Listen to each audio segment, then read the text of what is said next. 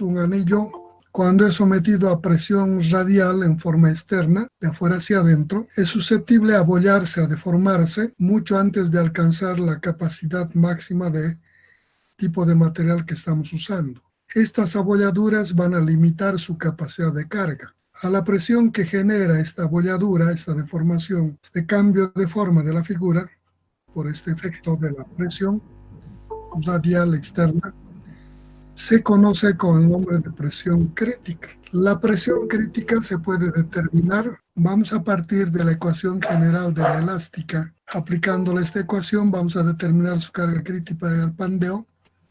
A esta ecuación general, a partir de esta ecuación general de la elástica, como se conoce como ecuación de la elástica. Dice pandeo de anillos de sección transversal circular. Un anillo, hemos dicho que es un elemento, el que vamos a ver de sección circular, de un ancho muy pequeño y espesor de sus paredes también pequeñas. De tal forma que se puede representar por esta línea de arco circular negro como el eje del anillo.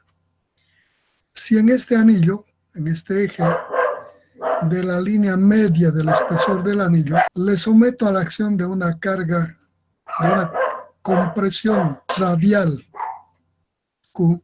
Cuando esta Q ha alcanzado el valor crítico, el valor máximo, Q igual a Q sub CR, este elemento sufre deformaciones. Si exageramos para que sea comprendida esta deformación, podría tomar más o menos la forma de la línea verde, que ha ocasionado la deformación, la aplicación de la presión crítica Q sub CR. Para determinar la carga crítica de pandeo, en este estado, si sé que ha generado, cuando la carga ha alcanzado su máximo valor o su presión, y ha generado la línea verde, entonces debo partir analizando de este estado deformado al que ha alcanzado con esa carga pandeada. Para eso recurro a la ecuación general de la elástica para elementos circulares. Es igual a la derivada segunda del corrimiento de la deformada o de la abolladura respecto a su curvatura de S cuadrado más U sobre el cuadrado igual a menos M sobre I. DS es el arco de un sector circular para una abertura angular phi. Entonces decimos que DS va a ser igual a R por d phi. Reemplazo este valor y voy a llegar a esta ecuación, haciendo operaciones y llevando al segundo miembro el R cuadrado. En esta ecuación que ustedes han determinado en Resis 1 para arcos circulares, R representa el radio de la línea media del anillo. Podemos ver en la figura. Esto es R, el radio, a la línea media U, y U sub 0 representan los corrimientos. U en cualquier punto de la abolladura del arco circular y U sub 0 en un punto específico. U en cualquier punto, la deformada que se ha generado a través de la presión crítica. U sub 0 en el punto A específicamente. Entonces, M sub 0 es el momento en este punto A. N sub 0 es la normal, la fuerza equilibrante a las presiones externas normalizadas en la sección en este punto A. Entonces, a partir de estas consideraciones, en esta ecuación modificada, lo que debo hacer es incorporar el momento, este momento, en esta ecuación para plantear el problema sobre este estado deformado del elemento. Para eso tomo un punto cualquiera sobre este elemento deformado, abollado, un punto B, que se encuentra a la distancia dB del eje horizontal, del punto A abollado a B a la distancia AB y del centroide a la distancia OB. En estas condiciones, si quiero determinar el momento en este punto, digo, El momento en este punto ha de ser igual a este momento más M0 respecto a este punto, a esta operación. Esta fuercita más N0 por esta distancia, su bracito AB por el segmento AB, y menos las presiones críticas proyectadas sobre esta línea, que no es exacto, pero se puede considerar, que ha de ser igual Q por AB, resulta la carga, y eso en la mitad, su resultante, por AB medios. Y ese será el momento en este punto. Aquí tenemos el momento. M igual, este signo viene del sentido de giro. La ecuación de la elástica hay que adecuar en cada caso. Esta ecuación de la elástica está hecha para la convención de signos X a la derecha, positivo, y hacia arriba positivo. Y el giro de momento es el antihorario como positivo y el horario como negativo. Entonces, hacer horario son momentos negativos. Viene de la convención de signos. Entonces digo que el momento en estas condiciones es igual a esta cantidad.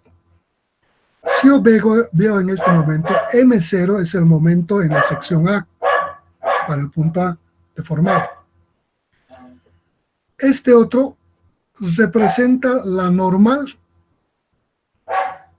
Q por AO representa la normal N0 y AB el segmento de recta.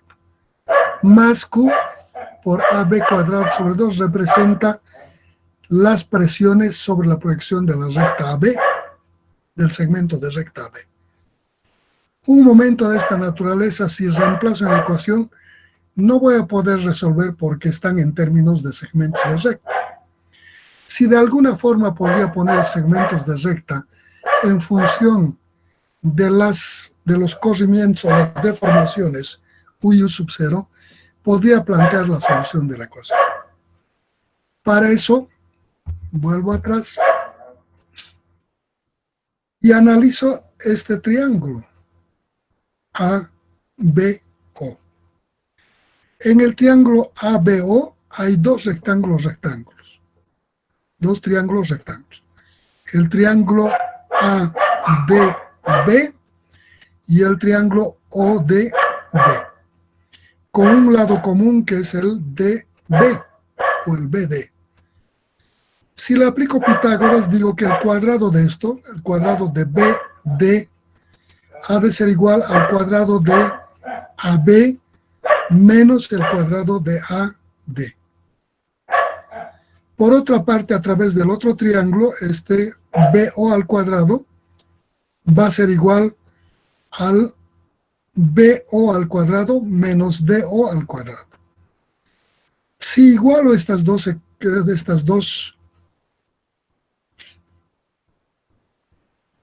dB cuadrado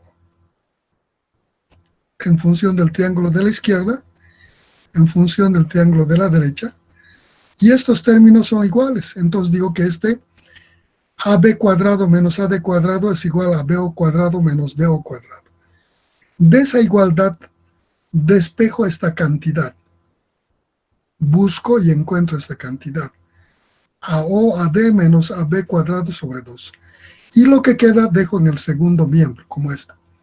Dice de esta igualdad, de igualar esto a esto, voy a sacar en el primer miembro esta cantidad que va a ser igual a esta otra cantidad, que está en función de segmentos de recta.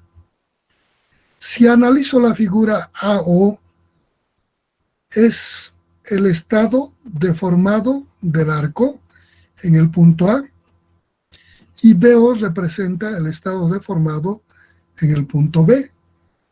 Por tanto, AO y BO puedo determinar de esta figura, aquí, AO, AO ha de ser igual a esto, que es el radio, menos U0.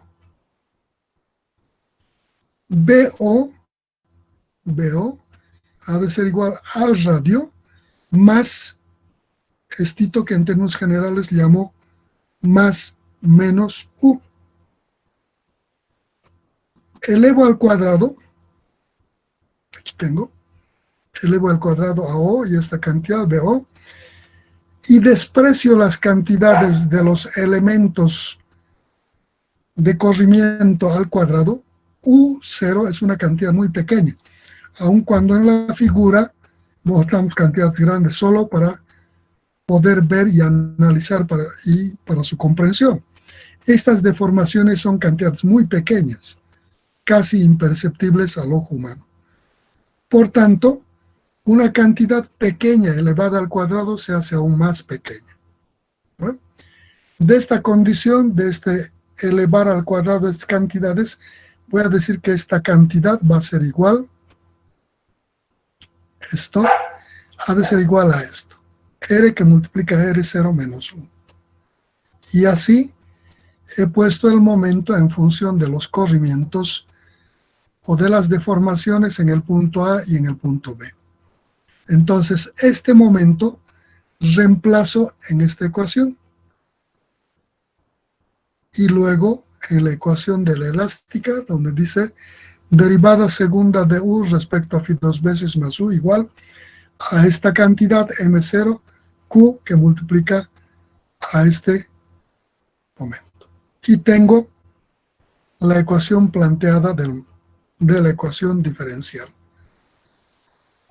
A partir de aquí, una vez planteado, el problema simplemente es de resolución de esta ecuación diferencial. La resolución de esta ecuación diferencial, ustedes son matemáticos muy estudiados, entonces podría aplicarle cualquiera de los métodos que pueden encontrar o que mejor manejan. Naturalmente, el que corresponda, no todas las ecuaciones se pueden resolver por todos los métodos. Hay ecuaciones, usted sabe muy bien, que son solucionables a partir de ciertas aplicaciones más fáciles. En esto, para la solución, yo les voy a plantear convertir esta ecuación diferencial en una del tipo de las homogéneas del orden de la derivada.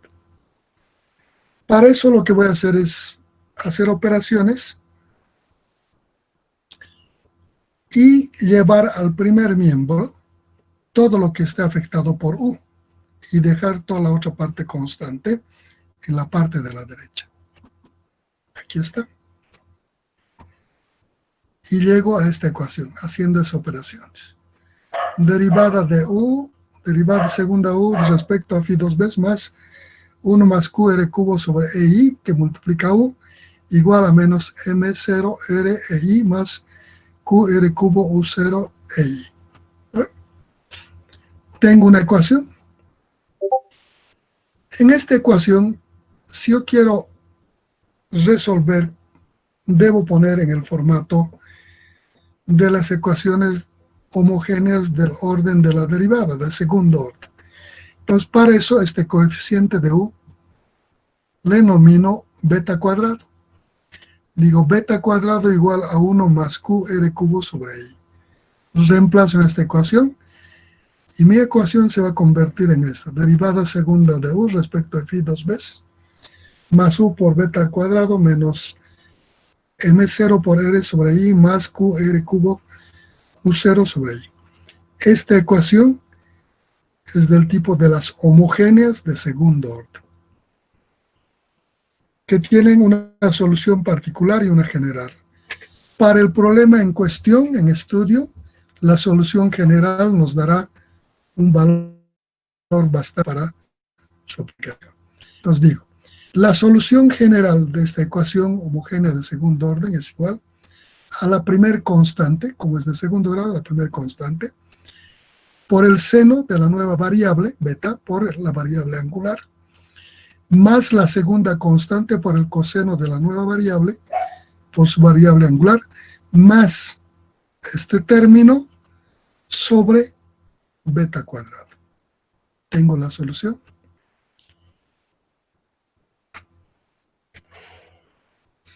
Solución en la que,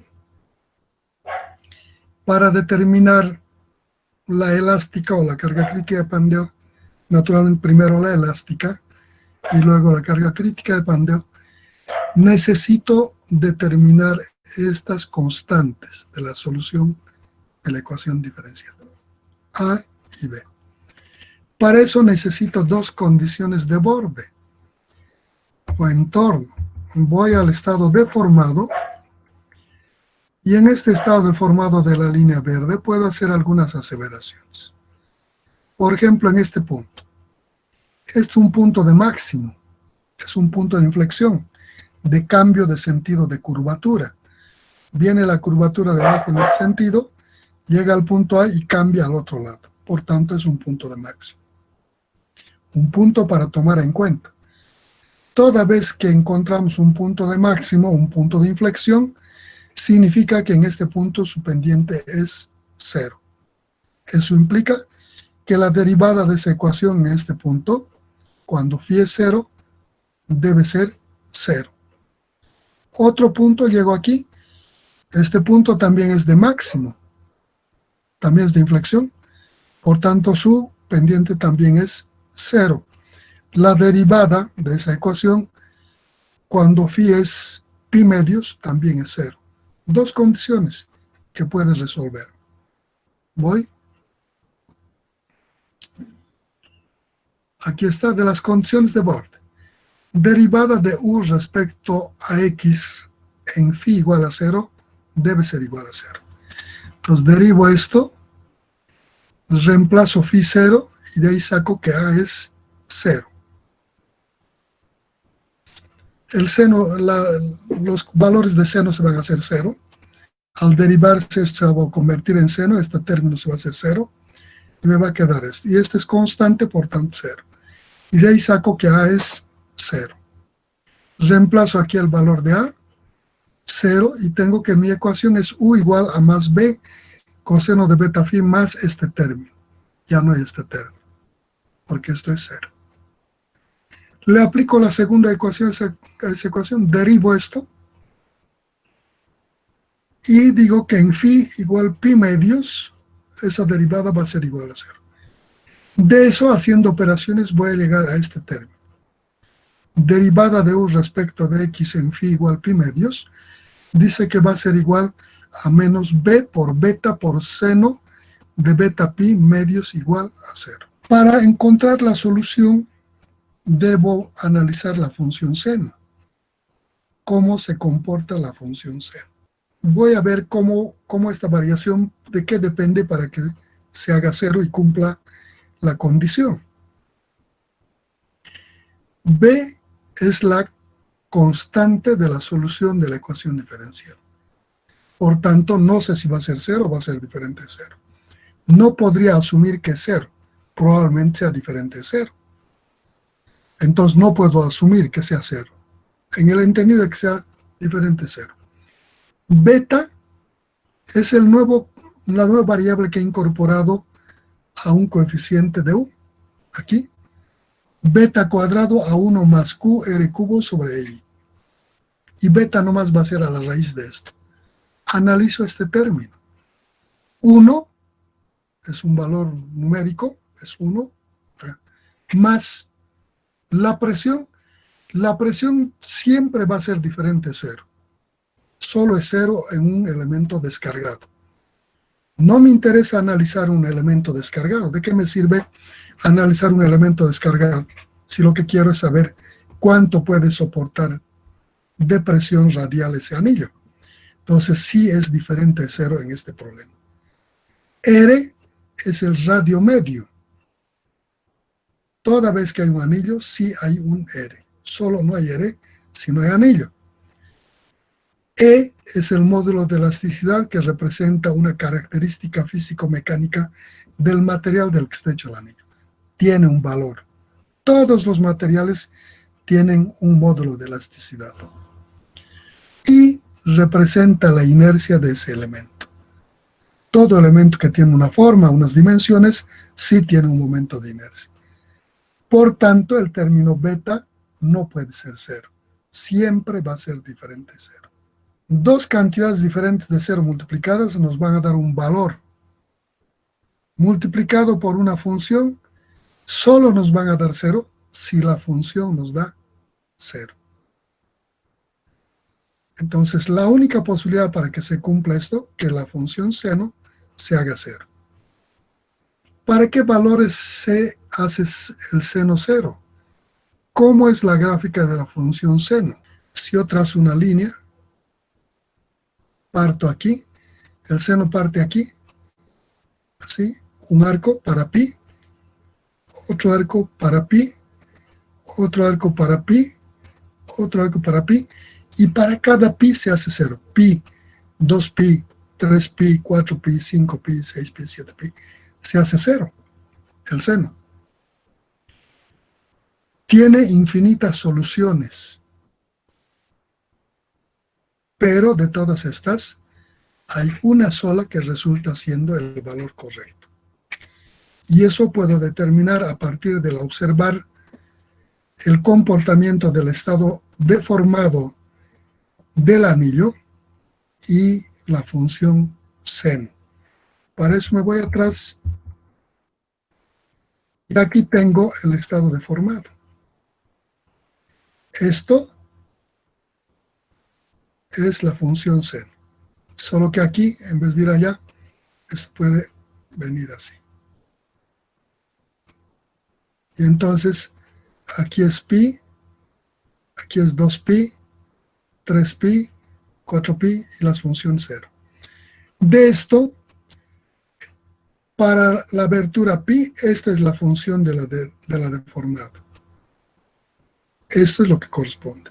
¿Para cuánto? Para pi. Seno de pi. 0. Seno de 0. 0. ¿No? El primer valor 0 que nos da es para 0. Seno de 0, 0. Y es cuando partimos aquí. Pero la forma de la deformada no es aquí. 0, no hay ninguna deformada, partimos. En pi se alcanza un ciclo de la deformada. Y este es el estado correcto. Entonces decimos, este otro ya significa que hay doble deformación. Y hay un alabeo mayor al que estamos haciendo del elemento. Y para los otros valores, si bien va a cumplir esta condición, pero resulta que esta sección circular ya es una calamina, ¿no? Alrededor, así, deformado. Por tanto, el valor correcto debe ser para seno de pi. Para que esto me dé pi, beta debe ser 2. Beta 2 con 2 se simplifica, seno de pi, 0, por esta cantidad, 0. Entonces, beta es igual a 2. Si beta es igual a 2, y sé que beta cuadrado es igual a esto, igualo beta cuadrado igual a 1 más q r cubo sobre EI, y del despejo q, y me va a dar esta ecuación.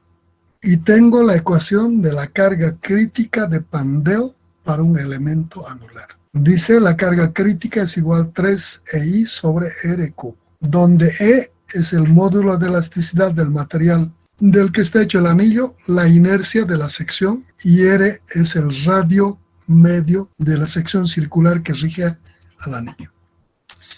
Y de esa forma hemos determinado la capacidad de carga crítica de Pandeo. Por otra parte, los autores que desarrollan esta teoría, Esteban Timoshenko, que es el autor del desarrollo de esta teoría de Pandeo de anillos, dice, los anillos, dice, fabricados por un proceso industrial, dice, en su geometría no son perfectos, tienen imperfecciones de fabricación. Y dice que son varias las imperfecciones. Entre ellas dice que el espesor de las paredes del anillo no es uniforme. Estamos hablando del grado de precisión. Si nosotros vemos a simple vista, parece perfecto. Si agarramos un instrumento de medición de precisión, micrómetro, seguramente vamos a detectar que hay variaciones a lo largo del desarrollo del tubo o del anillo en su sección de espesor. Dice que aparte de que este espesor no es constante, no es uniforme, dice que tiene rugosidades y así menciona ciertos aspectos que inciden en lo que es su forma del anillo. Pero dice, de todos estos aspectos, el que sobresale más claramente es la geometría de su sección. Un anillo fabricado bajo las normas de una sección circular dice que cuando se mide con instrumentos de presión no tiene la forma circular y más bien tiene una forma alabeada, una forma en la que tiene una forma elíptica, achatada en los extremos superior e inferior de los ejes centroidales y ensanchada a través de los extremos de los ejes horizontales centroidales. Y entonces dice, si esta es la forma inicial, si nosotros queremos alcanzar una ecuación precisa de su capacidad de carga crítica de Pandeo, deberemos partir de este estado deformado para su análisis correspondiente. En otras palabras, en esta figura que hemos supuesto circular, hemos supuesto que la forma ideal del anillo es esta circular y hemos partido por eso de la ecuación de la elástica de un arco circular para resolver el problema. Ahora, la imperfección geométrica que menciona el autor que desarrolla esta teoría dice, este elemento no tiene esta forma circular. Más bien dice, se achatan estas partes y crecen estas partes. Por tanto, vamos a tener una figura aproximada, voy a seguir, aproximadamente así.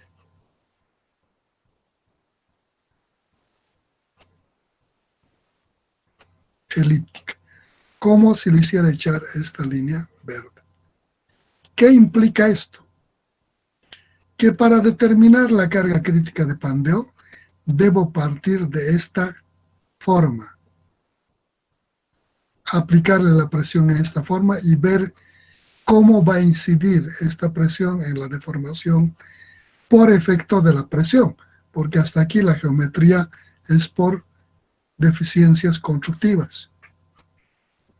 Y a partir de aquí debo incorporar la deformación causada por la presión radial. Eso implica que si yo le aplico la ecuación, el método de la ecuación general de la elástica, debo generar una ecuación de la elástica para este estado elíptico, echado, y en esa buscar el comportamiento y las relaciones. Entonces, deberé empezar buscando la ecuación general de la elástica para ese estado y luego en ese estado analizar el estado deformado y de estas deformaciones encontrar en ese estado deformado el momento, reemplazar y desarrollar la teoría correspondiente hasta alcanzar la carga máxima que puede soportar este anillo, que es la carga crítica. Esta teoría que hemos encontrado y que tiene su campo de aplicación, que en elementos donde no se busca precisión absoluta, puede ser totalmente válida esta ecuación y podemos aplicarla. 1. Para anillos. Pero en el tema también hemos hablado de que esta es una teoría para anillos y tubos. Entonces, si yo quiero determinar esta carga crítica de Pandeo para elementos tubulares, tendré que ver qué diferencias se plantean en lo que es el tubo y el anillo, para a partir de esto incorporar las nuevas consideraciones para la determinación de la carga crítica de Pandeo en elementos tubulares. Un elemento anillo es un elementito así, sección circular, de paredcita delgada, pero de un anchito muy, dependiendo de la relación de sus dimensiones transversales a su longitudinal del elemento, pero es pequeño.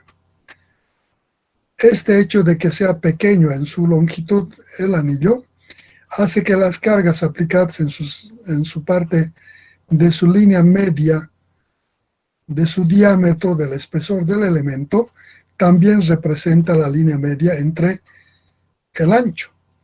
Consecuentemente, la carga es aplicada linealmente y la deformación en forma lineal de lo que es de este elemento de sección circular la hemos aplicado con la ecuación de un elemento de sección circular y hemos encontrado ese valor de carga crítica de Pandeo. Pero ¿qué pasa con el anillo? perdón, ¿cuál tubo? El tubo puede ser del mismo diámetro, igual de pared delgada, pero tiene una longitud. Una longitud. Esta longitud del tubo le incrementa su capacidad de soportar fuerzas. Ya no es independiente de esta longitud. Para aplicarle una fuerza radial, debo aplicarle en toda su longitud para generar un tipo de deformación. Y aún así la cantidad de esa presión seguramente va a ser mucho mayor para generar ese efecto del estado deformado. ¿Por qué esta longitud incrementa su rigidez de esta sección transversal por este efecto, ¿no? Esta longitud, que le va a generar mayor capacidad de carga? Entonces dicen los autores que si yo pretendo analizar el comportamiento de un tubo, podría buscar de alguna forma relacionar este tubo con el anillo, considerando ese efecto de rigidez longitudinal adicional que le da el efecto de su longitud. ¿Cómo hago eso? Cuando ustedes vieron Resis 1, aprendieron la primera formulita de deformación, ¿se acuerdan? ¿Se acuerdan, no?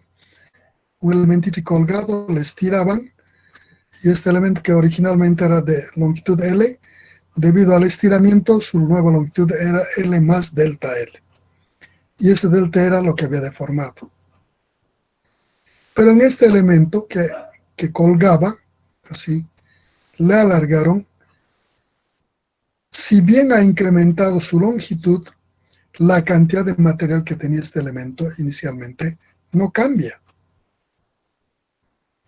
Antes, durante y después de la deformación, la cantidad de material es la misma. Es su sección transversal multiplicada por su longitud. ¿Qué quiere decir esto?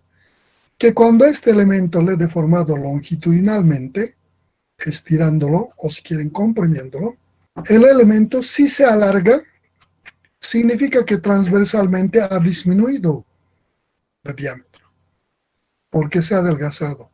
Lo que gana en longitud pierde en la sección transversal. O para los efectos de compresión, lo que por compresión pierde la longitud, gana lo que es en sección transversal en diámetro. Y entonces, cuando han estudiado estas deformaciones, han incorporado un nuevo término de uno de los investigadores famosos de las características geométricas de los materiales, físico-mecánicas. Lo que hace este autor es relacionar la deformación transversal con la longitudinal. A esta relación de deformaciones, longitudinal a la transversal, se conoce como la relación de Poisson. Se identifica con la letra No. Entonces digo, esta carga crítica de pandeo para anillos podía adecuarlo para tubos siempre y cuando incorpore este efecto de rigidez relacionando lo que es la transversal con la longitudinal. Y entonces digo, en vez de utilizar solo E, podía afectarle E por la relación de Poisson. 1. 2. Tomar un elemento de longitud igual unitaria del tubo y analizar en ese estado deformado la inercia correspondiente. Entonces digo, pandeo de tubos de sección transversal, lo que hago es, en base a la relación de Poisson, decir E, corregirlo por un denominador 1 menos μ al cuadrado. Esta es la relación de Poisson, que relaciona lo que es la deformación transversal a la longitudinal. Por otra parte, del elemento de área sacado de la sección unitaria, el pedazo de arco en esta sección de un elemento de unidad, saco un pedacito de esta área de un pedazo de arco, es curvo. podía suponer como un elemento rectangular y puedo decir que su inercia va a ser igual a esta que es 1, este es su espesor T, y podría decir que su inercia ha de ser igual a 1, su base, por su espesor al cubo sobre 2, como sección rectangular. Con estas dos modificaciones, podría plantear la ecuación de carga crítica de Pandeo para tubos, carga crítica igual a E por T al cubo sobre 4R cubo 1 menos nu al cuadrado. Ya hecha operaciones. ¿Qué he hecho? En esta ecuación estoy reemplazando E por E sobre 1 menos nu al cuadrado. Y estoy reemplazando por 1 por T al cubo sobre 12. Hago operaciones y voy a llegar a esta ecuación. Dice que esta es la ecuación que me permite determinar la carga crítica de Pandeo en elementos tubulares de pared delgada. Nu, relación de Poisson. Contracción lateral unitaria, alargamiento unitario axial. En compresión. Le ajusto un elementito, una barrita, pierde su longitud y ensancha. Y esa es la relación de Poisson. Relacionar estas dos deformaciones. T, espesor de las paredes del tubo. Y de esa forma hemos terminado este tema de anillos y tubos.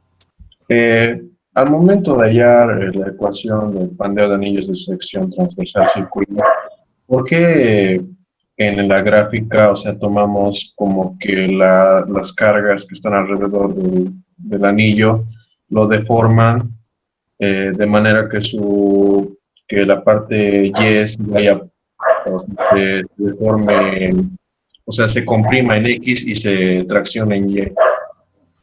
¿Por qué decimos eso? No se debería comprimir en el eje Y y en el eje X, porque todas las cargas están sobre el círculo, en vez de poner como juego. Sí, te escucho. ¿Me estás diciendo que en esto estamos tomando tracciones y compresiones? No.